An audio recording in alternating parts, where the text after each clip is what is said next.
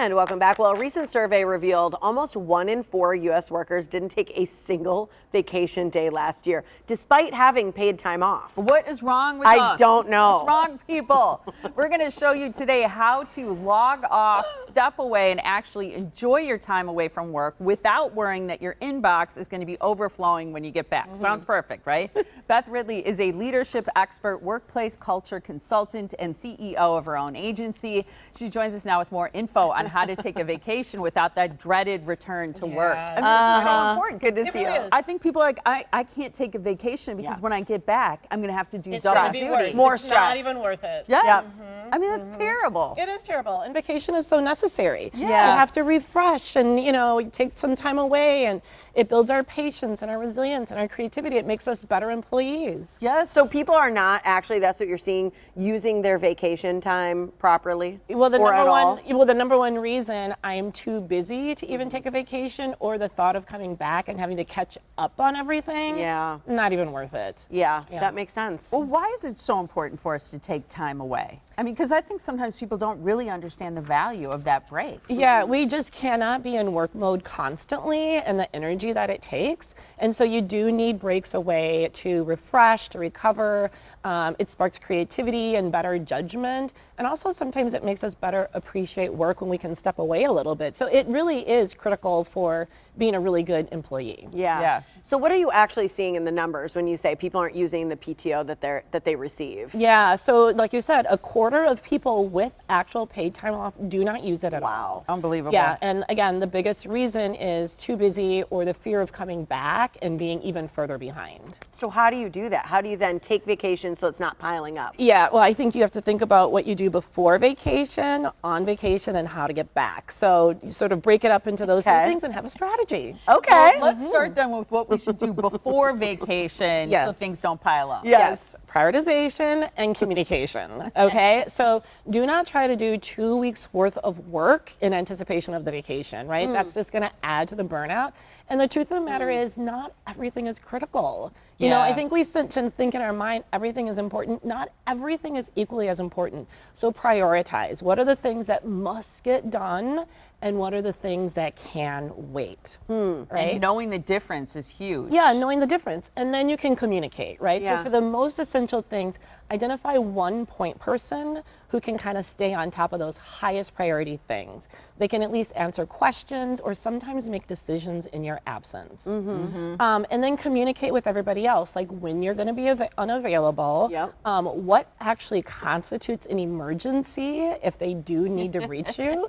And as I was preparing for this, I was talking to a friend, and she was saying she has a really good idea, which is a couple weeks leading up to her vacation, she puts in her email subject line the dates that she's going to be away. So that's isn't smart. that smart? That So is you smart. communicate ahead of time so everybody else can kind of like wrap their head around it. They can sort of think about how their work impacts your work and help prepare. I like that. Yeah. So how do you do it then when you get back so you're not immediately overwhelmed? Okay, so can we talk about like what to do when you're on vacation? Yeah, though? Because yeah, that's part of please. it. Because sometimes people go on the vacation, they never feel like they take a vacation, so Yes. then the vacation really wasn't worth it. Yes. But I think when you're on vacation, if you've done a little bit of that prioritization and communication ahead of time, you have to go with the right mindset. Yeah, I mean, disconnect. disconnect, and remember, vacation is not frivolous. Yeah. It's necessary. So that's first and foremost. And because that sounds good, but we're all victims of our phone, and you can't Yeah. help but check in. Yes. Turn off your notifications, and if you Okay. can delete your email app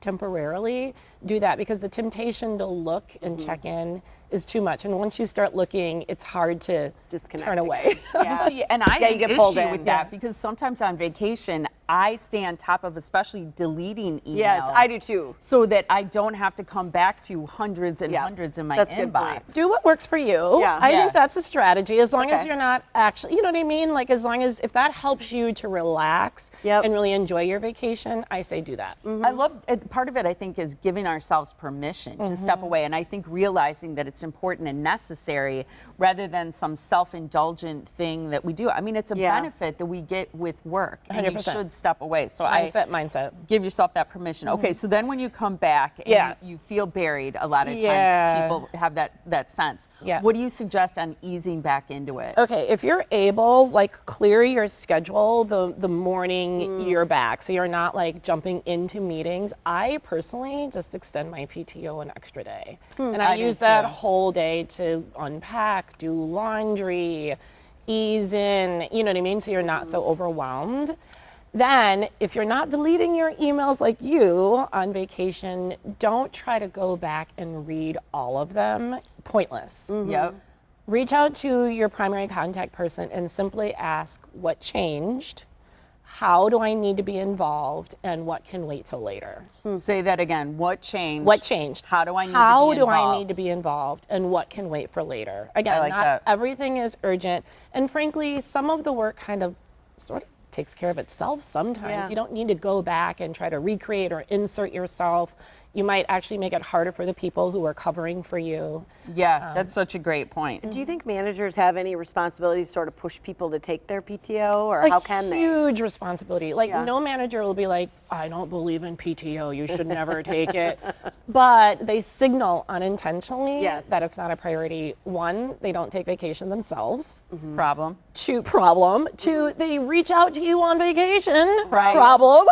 Yep. Red flag. Yep. Or three, they reward or praise the people who may be like working on vacation or always staying late to get the work done. So unintentionally, that signals to employees, oh, work.